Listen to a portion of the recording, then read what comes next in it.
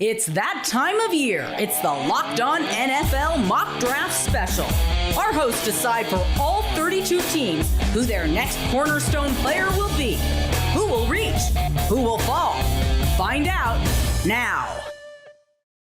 We are rolling into the back half of round one now. Picks 17 through 22 on this edition of the 2025 Locked On NFL Mock Draft Special, the most comprehensive mock draft you'll find, and it's even bigger and better again this year. It's 7 episodes. We're getting through it, and we'll have the entire first round and more of the NFL draft with unparalleled insight from the local experts of all 32 teams here on the Locked On Podcast Network, your team every day. We're talking binge-worthy special here. You'll get each selection an inside look from all 32 of our NFL shows and team-building insights from the draft dudes, Kyle Krabs and Joe Marino of Locked On NFL Scouting, and fantasy insight from our Locked On Fantasy experts for some of the biggest selections in this year's draft. And of course, we are your hosts. I'm Brian Peacock, the NFL analyst and co-host of the Peacock and Williamson NFL show and Locked On 49ers podcast. Here with me are my co-host, former NFL scout Matt Williamson, and joining Matt and I are NFL draft experts Keith Sanchez and Damian Parson from the outstanding Locked On NFL Draft podcast. So to get this conversation going, we've got pick 17 and the Cincinnati Bengals. And they probably, Matt, I would think, need some help on the defensive side of the ball. Got a new defensive coordinator. They've had some troubles over there. I mean, unless you just want to score 50 every game and try to outscore everybody, right? So maybe you just keep a strength to strength. I don't know. What do you think about the Bengals at 17? The interior O-line still needs a lot of work, but they've drafted so poorly on defense over the last couple of years, and I think the defense coordinator lost his job because of it. They got to keep going back to that well, and any level of the defense would make sense to me, but their edge guys with Hubbard retiring, maybe Hendrickson on the move, are really, really light. And they always look for bigger guys there. And Michael Williams being still on the board, I think, is something they should be attracted to for sure. Keith, was it a lack of drafting talent or maybe a development problem? Because they've added pieces on defense, and it seems like they've kind of missed on too many guys there. And looking at this pick 17, do you like a player for the Bengals here? Yeah, I mean, it's been question marks, right? Because I thought they've drafted decent players, right? You talk about a Daxton Hill from a few years ago. This past year, I think, was injuries, right? But then I remember they drafted the edge rusher out of Clemson in the first round. Was that two drafts ago? And Miles Murphy, yeah. Miles Murphy. Yeah. And to me, that could be a development thing because I thought Miles Murphy had much of a pass rush repertoire as any pass rusher in that draft. And he hasn't been able to turn it on. And now you're starting to see they're bumping up against it, right? Because Trey Hendrickson wants more money. They may want to get rid of him, but they can't quite, right? Because they don't have an ace in the hole as far as a pass rusher. So I look at Shamar Stewart. I look at Michael Williams, exactly what Matt said, as those two big-bodied guys with lack of proven production in college. But when you're where the Cincinnati Bengals are as far as trying to turn things around, sometimes you have to swing for the fences, right? Sometimes you got to swing at the first pitch and say, you know what, I'm not going single or double. I'm trying to hit it out the park. So I will go with either one of those guys. Let's see. The swing is being made. Jake Lisco not wasting any time. He's ready to go with pick 17 for Locked On Bengals in the 2025 Locked On NFL Mock Draft. With the 17th selection in the 2025 Locked On NFL Mock Draft, the Cincinnati Bengals select Walter Nolen, defensive tackle, Ole Miss. The Cincinnati Bengals have a need for a talent infusion on the interior of their defensive line, where they spent 2 premium picks in 2024, but are still looking for an impact 3-down player. And that's who Walter Nolen can be for this team. He has the ability to step on the field right away as a starter who can play all 3 downs, and he has growth left in his profile. But he comes with explosiveness off the snap, a variety of pass rush moves, the ability to, when he's really on, dominate one-on-one opportunities, and he doesn't have to be a liability in the run game either. For those reasons, he fits with what the Bengals need right now in looking for an impact player to add to a defensive front that needs to get more pressure on the quarterback in 2025 and needs to improve as a foundation of their defense. It is Walter Nolen going interior defensive line for the Cincinnati Bengals. And Dame, I know you've been pounding the table for Walter Nolen. Obviously, the talent is there. Do you have any questions about Walter Nolen and his transition into the NFL, and why do you like him so much as a player? I don't really have many questions. I think there's a guy that once you get him into playing the 3-tech, the natural position he needs to play. I think you will see the natural development with him knowing how to consistently win one-on-one and not have to deal with the double teams he dealt with at Ole Miss.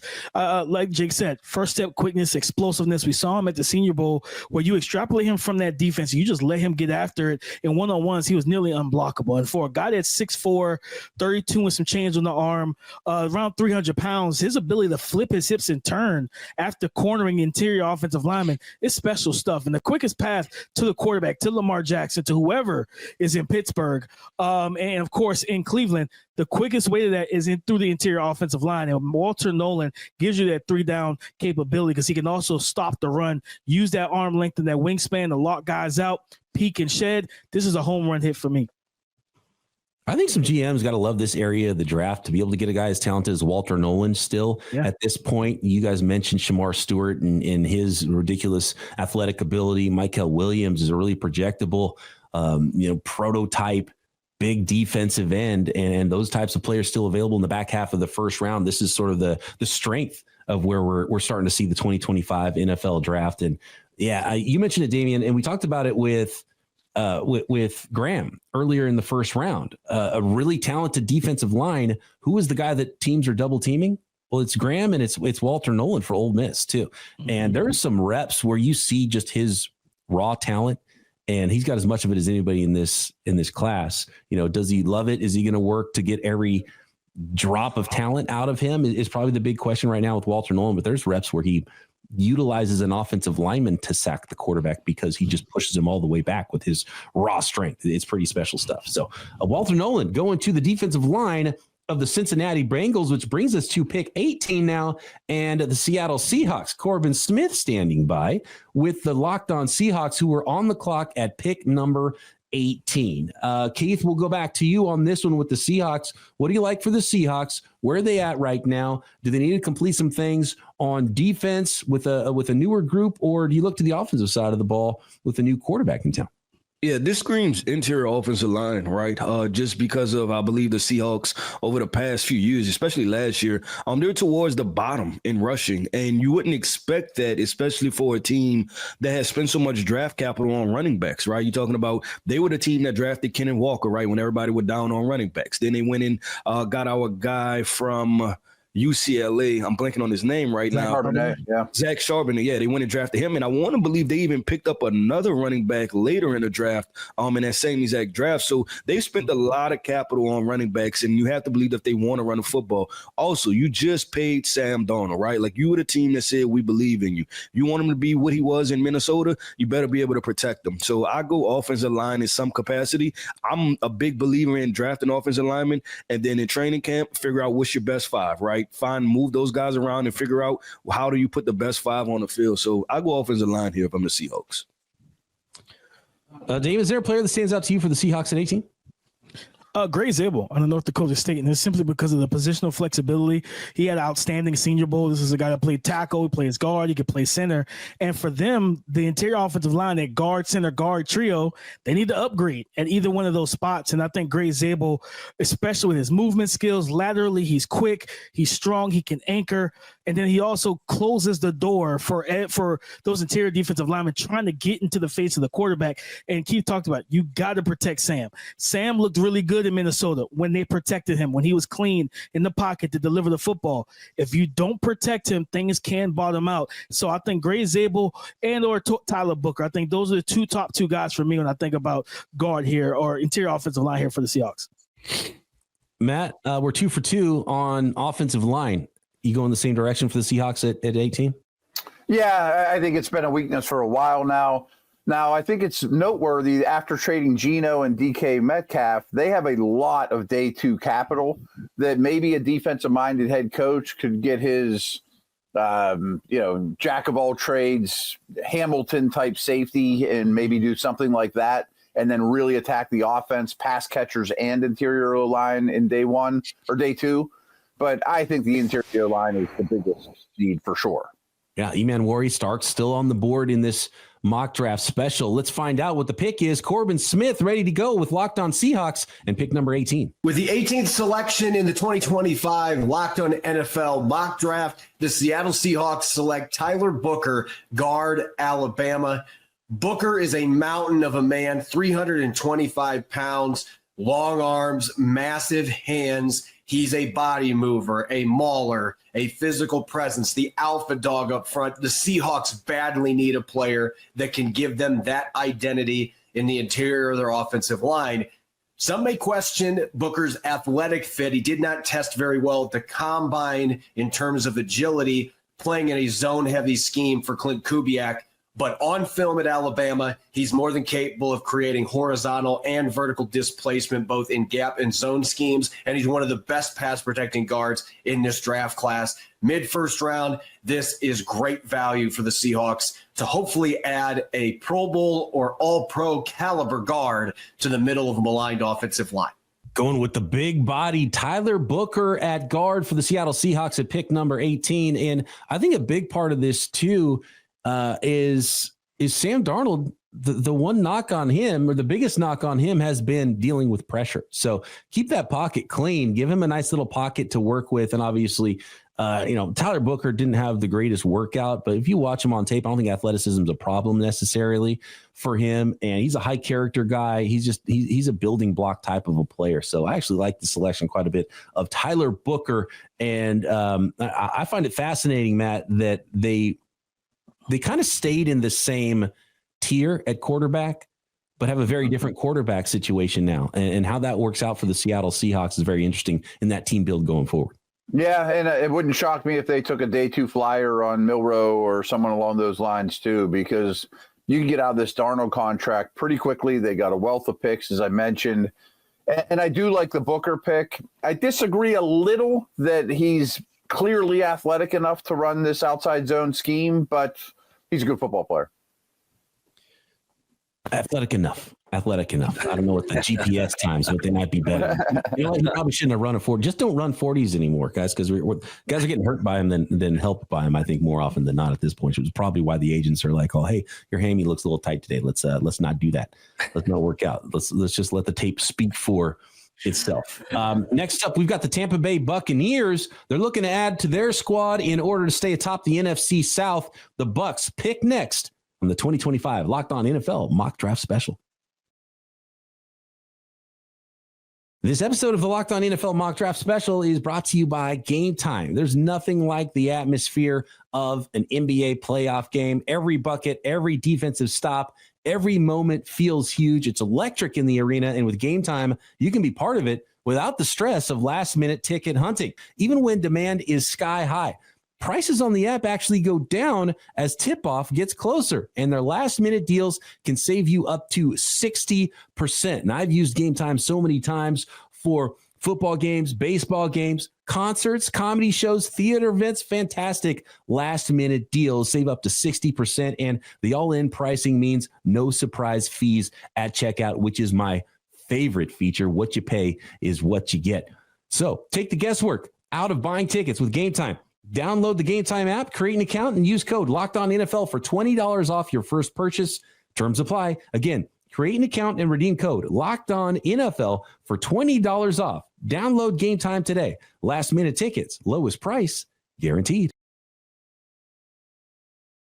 All right, we're on to pick 19 in the mock draft, guys. And the Tampa Bay Buccaneers, who are a fascinating team here at pick number 19. Their season didn't end quite the way that they would have wanted. They would love to be picking later in the 20s or potentially even maybe 32. How do they get there with quarterback Baker Mayfield is the question. What do they need to add to this football team? Dame Keith, do you have a player in mind? Do you have a position in mind that the Tampa Bay Buccaneers need to attack in this draft? Linebacker or edge, truthfully. Well, I think that's probably the two defensive spots they're good on offense. They have a lot of receivers, tight end. They got two running backs. They got their quarterback. Being able to get after the passer, but also having that second level guy. Levante David isn't getting any younger. Yeah, I look at it and I say, is a sneaky pick here one of those wide receivers, right? Could this be a Emeka Egbuka that we see come off of the board just because of the injuries, right? We seen that this Tampa Bay Bucs offense, I believe, was rolling. And then we had the gruesome injury to Chris Godwin. And then that followed up with Mike Evans being out a couple games too. And that's why they kind of tail it off a little bit. So I wonder if they try to continue to inject youth. Not Teodoro McMillan, Jalen McMillan kind of turned it on a little bit last year, but I wonder if they think about going wide receiver. I mean, if not, I agree with DP. I'll go edge here. The pick is in. James Yarko is ready to go. Locked on Bucs with the 19th selection in the 2025 NFL Mock Draft Special. With the 19th pick in the 2025 Locked On NFL Mock Draft, the Tampa Bay Buccaneers select James Pearce Jr., edge rusher out of Tennessee. Seeing someone with Pearce's talent was too good to pass on at this stage in the game, and the Bucs have struggled at edge over the last few seasons. Even with the addition of Hassan Reddick, the continued growth of Yaya Diaby, the depth there still isn't very strong. Adding Pearce along with Chris Braswell, who is entering his second season, and then Anthony Nelson, who re-signed in free agency, the Bucs have the makings of a solid stable of guys that can get to the quarterback. That's going to allow Todd Bowles to do more in the second and third levels of the defense instead of being forced to use guys like Antoine Winfield Jr., Levante David, Christian Izien constantly coming in on blitzes and trying to generate that pressure that they're just not getting from the natural pass rush. The Bucs won't need Pearce to be a superstar right out of the gate. Instead, he can develop some more while still getting game experience as the second or third guy in the rotation. An absurdly talented human being, James Pearce, the edge rusher out of Tennessee, going to the Tampa Bay Buccaneers here at pick number 19. Matt, what do you think about Pearce and the fit here with the Tampa Bay Buccaneers? I have no qualms with it. I do think defense is most likely. The most chalky pick is Campbell, the linebacker from Alabama, and I think they would have sprinted to the podium for him, let him learn next to Levante David. I also thought safety here, Todd Bowles can get aggressive and creative with that position with blitzers, but they need more pass rush and they need more edge help, so this adds up. Dame, I want to ask you specifically about Pearce because obviously he's fast, and a hilarious story about him at the combine. He actually ran with like his hoodie on. Now it's not a big bulky hoodie or anything like that. Yeah. And he still ran a 4.47. And somebody asked him afterwards, like, man, you didn't even take off your hoodie to run your 40. And he's like, oh yeah, I didn't even think about it. I didn't even notice. And him being kind of aloof is the thing that is one of the big knocks on him. Like maybe he doesn't think about stuff too hard. Maybe he doesn't work that hard while the rest of his teammates are working super hard. Do you have any issues with Pearce, and does that kind of stuff show up on tape? Like, is there a lack of development for him that you would worry about at the next level? I don't see a lack of development. I think he's still developing. This past season, I saw him, go from just being an outside around the edge rusher to working the kind of Euro step, working crossface pass tackles. Because when you have that type of speed and explosiveness, you're going to force tackles to get deep into their sets, typically. So I think for him, it's just consistently getting stronger, adding more power to his frame. I think it may have been Lane Johnson who said, you can't run around us in the NFL. You kind of have to run through us at some times. I think that's the part of his game I want to see more from him. But he does give you some versatility from being able to work inside, but also on twists and stunts. Tennessee did a decent job of that with him, using him as a looper. And when you have that type of speed and explosiveness, that closing burst, when you get a free run on the quarterback on the inside of the offensive line, could be very, very effective. So I think for him, just adding more power and strength to his frame, and then, of course, getting him into a locker room that makes sure you're going to hold him accountable, make sure he's going to work. Yeah, I'll say this, that the Tampa Bay Bucs sitting at pick 19, drafting James Pearce, right? If you're being totally optimistic, you're saying, you know what, we have as good a chance of anybody else that picked before us to have drafted the best pure edge rusher, right? When you're talking about from a tools and skill sets perspective, because that's what Pearce has. He has the first step explosiveness. He's fluid. He's athletic, obviously by the 4.47. Now it's, can you do the day in and day out work with him as far as maturing him as a young man and then continue to add to him. But at pick 19, I think if you're the Tampa Bay Bucs, you're excited about it. A lot to be excited about. That's still on the board here in the 2025 mock draft special. Up next is Cody Rourke with Locked On Broncos with the 20th selection in this draft. Matt, as you look at the Denver Broncos, I know running back is a popular mock pick. Are they at a point with their team build where, I tend to call the running backs the icing on the cake, or is the cake already baked? Are they ready for icing with the Denver Broncos? I think so, especially with a really young quarterback, make his life a little bit easier. Hampton's kind of a slam dunk, chalky pick here, and I would totally understand that. I know that they added Evan Ingram, but Loveland would be really attractive with Sean Payton's offensive mind. I'd love to see him devise ways to get the ball in Luther Burden's hands as well. So some sort of skill position here is attractive to me. You guys see any best player available? Any like what could talk you out of a running back potentially for the Denver Broncos? And is the running back a little smokescreen thing? Because I know that Sean Payton had a little fun with folks and tried to throw people off the Bo Nix scent in last year's draft. Go ahead, Keith. No, I was going to say that if it's not Omarion Hampton, what Matt mentioned, I'm going Colston Loveland. And we know the type of magic that Sean Payton was able to create with Jimmy Graham down in New Orleans, right? With a very similar profile, right, and athleticism. So I'll go Loveland here if it's not Omarion Hampton. And quick nugget, I think his best running back while he was in New Orleans was like a third or fourth round pick in Alvin Kamara. I don't think he needs to draft a guy at 20. As much as I love Omarion Hampton, this is a loaded running back class. Yeah, and there's a lot of guys that can catch the football later in this draft as well. And Sean Payton talked about finding his joker. Could it be Colston Loveland as well? Let's find out. Offense, defense, Cody Rourke ready to go with selection number 20. Locked On Broncos. With the 20th pick in the 2025 NFL Draft, the Denver Broncos take Omarion Hampton, running back out of North Carolina, to pair alongside Bo Nix as he prepares for his second season. The Broncos going all in on offense. This is Cody Rourke, host of Locked On Broncos, and Omarion Hampton right here was the only choice that made sense here in round number 1 for what the Broncos need. They need a running back. They need a game-changing running back. Omarion Hampton has all the tools and the traits to be just that here for Sean Payton. You get a running back who's got 3-down capability, not to mention the ability to receive out of the backfield, an important element for a Sean Payton style of offense. And this immediately boosts an area of the Broncos offense that was weak and has been a weak point for them in the last handful of years. They haven't had a 1,000-yard rusher in quite some time. They haven't had a 100-yard rusher in over 30-plus games. Omarion Hampton gives them an instant boost in this area and could help Bo Nix and the Broncos offense transform in 2025. One of the reasons I don't like running backs early, and Omarion Hampton is a super talented guy, is because does a running back make the running game, right? Or should you be looking at other factors as to why you haven't had 1,000-yard running backs? Obviously, injury and attrition is one of those things. Just from a team building perspective, guys, Dame, Keith, what are your thoughts on round 1 running backs, and what is Omarion Hampton as an NFL running back? I'm fine with round 1 running backs. I feel like if you're a team, to me, if you're a bad team, don't do it. We watched the Panthers draft CMC. Don't give a great running back wasteless carries. Like if it's not going to help you win games, the impact is minimal, right? We saw that with the Giants and Saquon. For me, I'd rather them go to good landing spots if you're going to go in round 1. Omarion Hampton, strong, physical, downhill runner. More of a gap scheme guy. You want his shoulder square to the line of scrimmage. You want him working downhill. He's got the speed and explosiveness to beat you deep down the field. He's functional in the passing game as well. They do a lot more pitch stuff to him than just truly split him out wide and throw the ball to him and things of that nature. But with his build at 6 foot, 220, 4.4 speed, you kind of want that into the offense. I still would have probably leaned Colston Loveland here just because Evan Ingram's not much of a blocker. He's probably more of a slot F flex, and the depth behind him is not great either. I would have went Colston Loveland, but Omarion Hampton gives him that bell cow type of runner.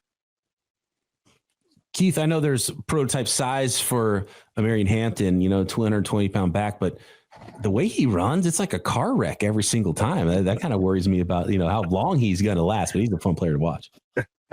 I think he'll be all right. And the thing is that there's already a foundation there, right? Because you've seen running backs go to bad situations and produce. You look at Leonard Fournette with the Jacksonville Jaguars. You look at Derrick Henry with the Tennessee Titans. But the issue is that they haven't had other foundational pieces outside of those guys, right, to continue to grow it. Well, guess what? You have Sean Payton, you have Bo Nix, right? So they can provide some balance. So I think Omarion Hampton, he may be put in some advantageous situations as far as maybe lighter boxes, right, for him to run through. And as much as it's going to hurt Omarion Hampton with those collisions, it's going to hurt the defensive players too. So I think it'll all even out. Hampton, pick 20 to the Denver Broncos, which brings us to the Pittsburgh Steelers and pick number 21. Chris Carter, the host of Locked On Steelers, is on the clock for this selection. Matt, you cover the Steelers in the Pittsburgh area. You know this team better than anyone.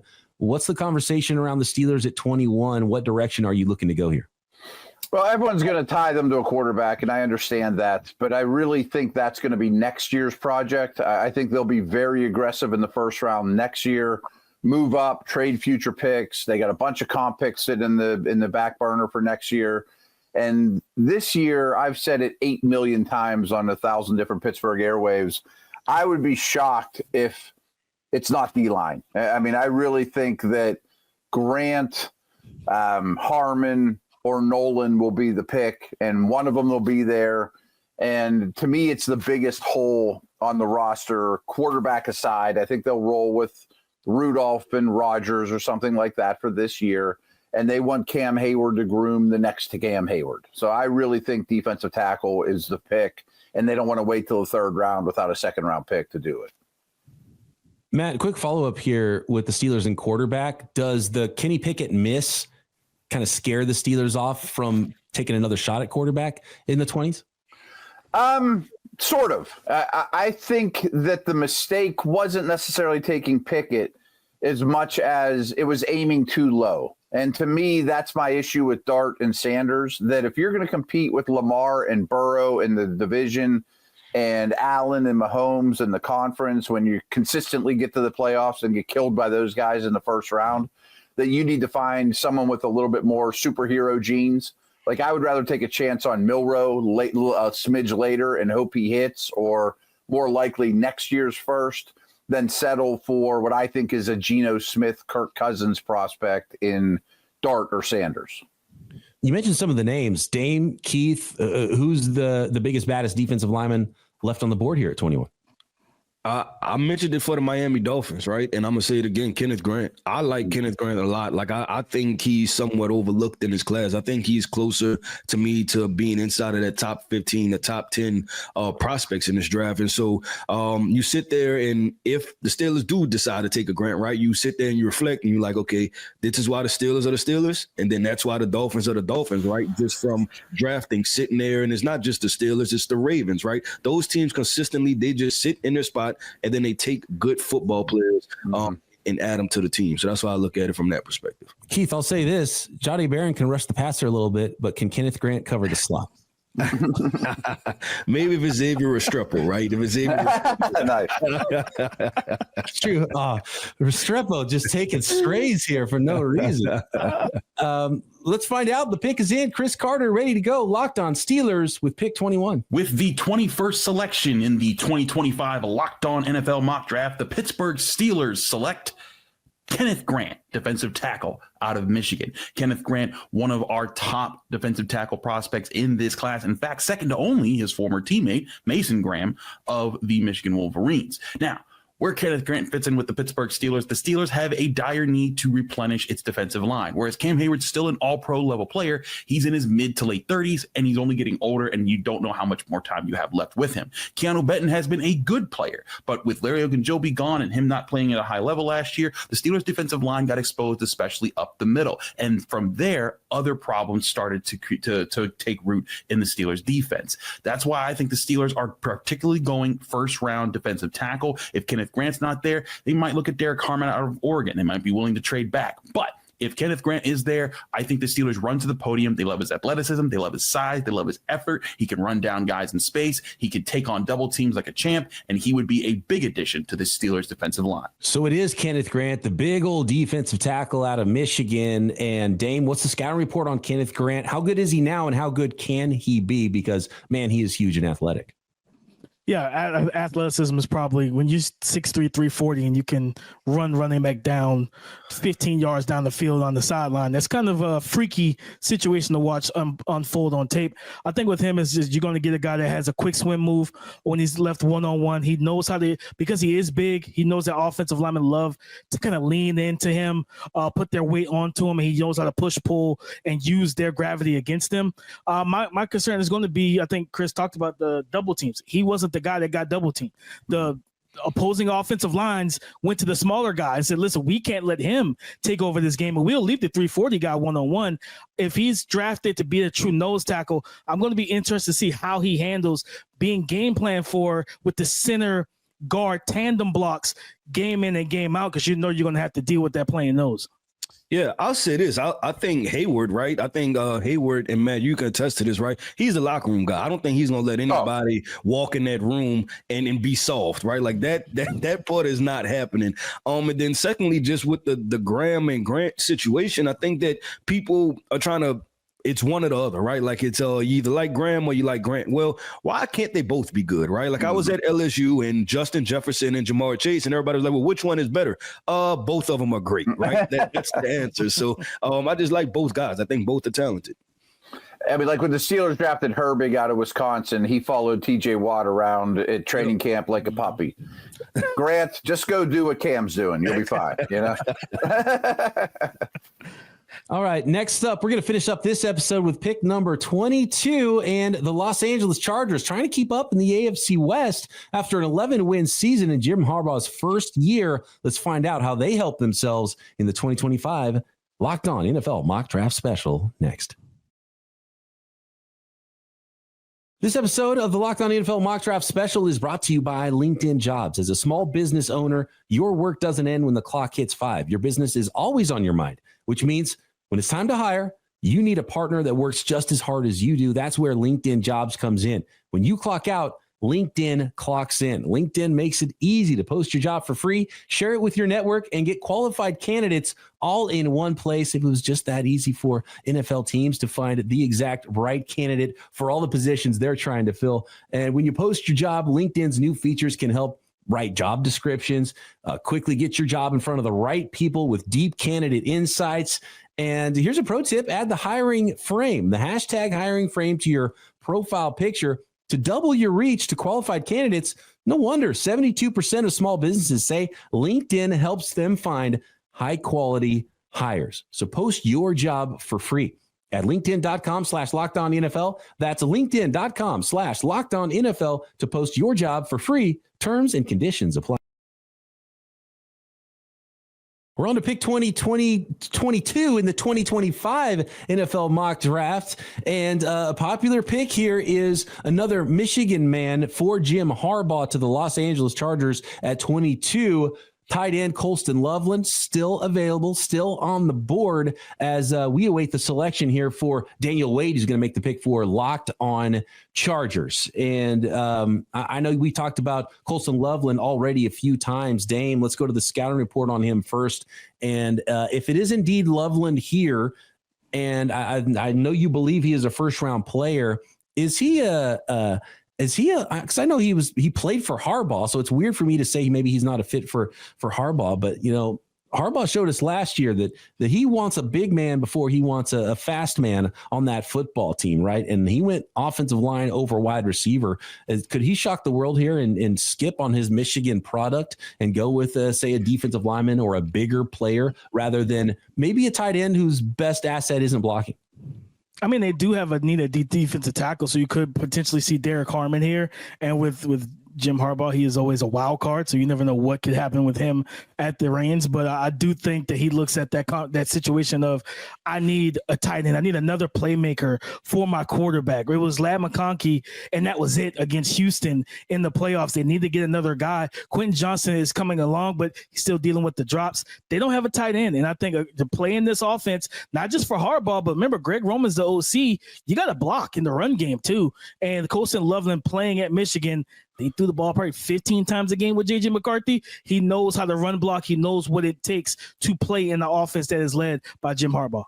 Not only that, I'll jump in and say this, that Harbaugh has a recipe, right, to how he does this. It's run game, but also tight end is very important. If we think about his time going all the way back to Stanford when he was producing a lot of NFL talent at tight ends, and then with the 49ers, right, Vernon Davis was very important to what they did offensively. So I could see Harbaugh being one of those coaches in tight end, quote unquote, being a devalue position. I think he has a tremendous amount of value on what the tight end position is. It's a great point, Keith. Coby Fleener. Yep. Obviously, with the 49ers, they had numerous tight ends, all different shapes and sizes, though. So it's important for run pass. And, it's okay to give your quarterback some more weapons there. And they did last year in the second round, not the first round. They did pass on wide receiver. So it's not something that Jim Harbaugh ignores on the offensive side of the ball either. Let's go to the pick. Daniel Wade ready to go. Locked On Chargers with pick number 22. With the 22nd pick of the 2025 Locked On NFL Mock Draft, the Los Angeles Chargers select Colston Loveland, tight end, Michigan. This is a great way for the board to fall to the Chargers, who end up getting not just one of the top tight ends in this draft class, but one of the top pass catching options, period, in this class. And it is huge because of the way the Chargers had their playoff embarrassment last year, where they hung Justin Herbert out to dry and went into this offseason trying to upgrade the offense around him. They made a couple of moves in free agency to improve the offensive line, which gives them the flexibility to take Colston Loveland, who this Chargers coaching staff knows very well because of his time with Jim Harbaugh in Michigan, and get him someone to pair with Ladd McConkey, their young budding superstar, as a core to an offense that has a chance to be really good. Last year, it must have been really tough for Colston Loveland with the Michigan quarterback situation, but now he gets to catch passes from Justin Herbert in Los Angeles. Colston Loveland, tight end out of Michigan, is the pick for the Chargers at number 22. Matt, what do you think about Colston Loveland as a prospect here and the selection for the Los Angeles Chargers? And what I don't think is a particularly strong first round, to get the 10th, 11th, 12th best player this late makes a lot of sense to me, even the Michigan connections aside.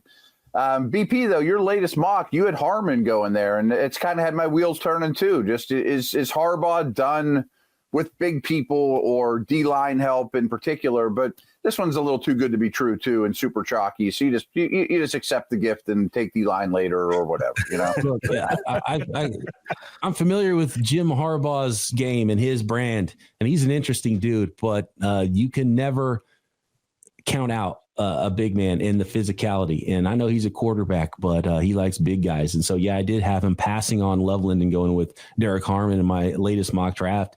Just because if that's not done, he's going to go to the trenches. And so we'll see where they're at with their team build, but you got to help out Justin Herbert. And so I would love the selection of Colston Loveland as well. And if Harbaugh loves Loveland, he has he knows how that guy is wired. And so he might know whether he is or is not like someone he wants to tie himself into the NFL level. Because he did pass on a lot of Stanford guys when he came to the San Francisco 49ers, which kind of shocked some people. And he did find someone like Delaney Walker later in the draft to be an interesting tight end piece with the 49ers. So it can go a lot of directions here, but Colston Loveland, obviously a very nice fit for the Chargers in round number 1. Let's check in with the draft dudes, Kyle Krabs and Joe Marino of Locked On NFL Scouting. And they're here with their thoughts on the impact of these selections in episode 4. Joe, my favorite pick's the last one in the block, Colston Loveland going to the LA Chargers. And there's obviously some familiarity with Coach Harbaugh and his coaching staff, with Loveland coming from Michigan.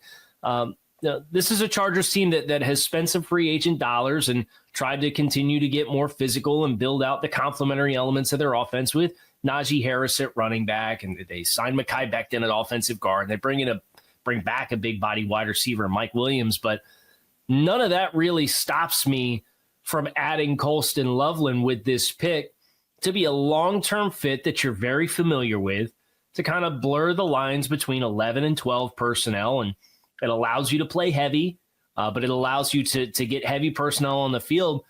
But he'll run away and beat safeties and linebackers in coverage. And he's big enough that it is a really tough chore for most corners in coverage. So I love that this allows the Chargers to not just come out and say, hey, we're going to be bully ball and we're going to run 22 personnel. We're going to run right down your throat. They can blur the lines here a little bit. And it's one of those personnel adds that allows them to force opposing defensive staffs to make decisions coming into the week on how they're going to try to choose to play this player. And anytime you could get a player like that, even at pick 22 at a quote unquote devalued position at tight end, makes a lot of sense. And they're after the Chiefs. The Chiefs gives up tight end production to everybody. So now you got a real guy that can take advantage of a wart with the Chiefs and their defense. That's probably my favorite pick as well. But if I had to make a second favorite pick on this block, it'd be the Steelers getting Kenneth Grant, the defensive tackle out of Michigan. It feels like the projections and valuations are all over the place for Kenneth Grant, but I see him as one of the better players in this draft. I think he's a top 15 talent for sure. And while it doesn't get Pittsburgh any closer to solving their quarterback issues, I don't think a quarterback here could solve their issues. Go in on what your identity is, right? And that is that front. Like, that defensive front has been such a critical part of the Steelers being able to win despite quarterback play. And now you have Kenneth Grant to go with Keanu Benton, and Hayward still late stage. You got Highsmith. So many players in that front that in that division and the style of football that's played, Kenneth Grant's going to fit right in. So I love that selection as well. And Kate Majuk is here from the Locked On Dynasty Football Podcast to give us fantasy impact of this episode's picks. The Denver Broncos get some nice value here with UNC running back Omarion Hampton. Hampton is a day one contributor and a prototypical workhorse now in a very running back friendly Sean Payton offense, coming off of back-to-back seasons with over 1,700 scrimmage yards and 16 plus touchdowns. Since Sean Payton became a head coach back in 2006, there have been 14 instances of a running back totaling 200 plus touches in his offense. So yeah, Sean Payton is a guy that is not afraid to feed his RB1 in his offense. Hampton's blend of size, athleticism, play strength, and contact balance could yield top 12 production at the position, even as a rookie. Next up, let's talk about Michigan tight end Colston Loveland to the Los Angeles Chargers. A fantastic fit.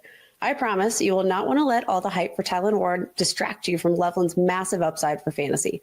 Coming in at 6'6" and 249 pounds, Loveland will provide his future quarterback with a massive target over the middle of the field with elite separating ability that is truly unique for his size and frame. The good news for fantasy football managers, he really is more of a big-bodied receiver than he is a traditional tight end, and his usage at Michigan backs that up. Loveland played just 32.5% of his snaps last season as a traditional inline tight end, running the majority of his routes out of the slot or even split out wide. He was set up to pass block on just 2.6% of his snaps on passing downs played, the fourth lowest rate among all tight ends last year with 25 or more targets. Unfortunately, Loveland suffered a season-ending shoulder injury that he's continuing to rehab throughout the offseason, though he is expected to be ready for training camp. Fantasy football managers and redraft leagues might not get to enjoy his upside right away because of this. However, fantasy football managers and keeper dynasty leagues should be all in on this tight end because once he's back to 100% from injury, Loveland has top 5 receiving upside at this position for the years to come, especially with Justin Herbert at quarterback and plenty of room for a big role in a Greg Roman offense. Well, that does it for this episode of the Locked On NFL Mock Draft Special. On to the Green Bay Packers, who are coming up next at pick number 23. And I do happen to know that some trade winds have been blowing, and there have been some offers and some moves that were not quite consummated so far, but I got a feeling something is coming here to end the first round in the 2025 Mock Draft Special. And of course, you can find all of the episodes of this Mock Draft Special on the Peacock and Williamson NFL Show, Locked On NFL Draft, and Locked On NFL podcast feeds. For Matt Williamson, Damian Parson, and Keith Sanchez, I'm Brian Peacock. We'll see you for the rest of the first round, starting with pick 23 next on the Locked On NFL Mock Draft Special, part of the Locked On Podcast Network, your team every day.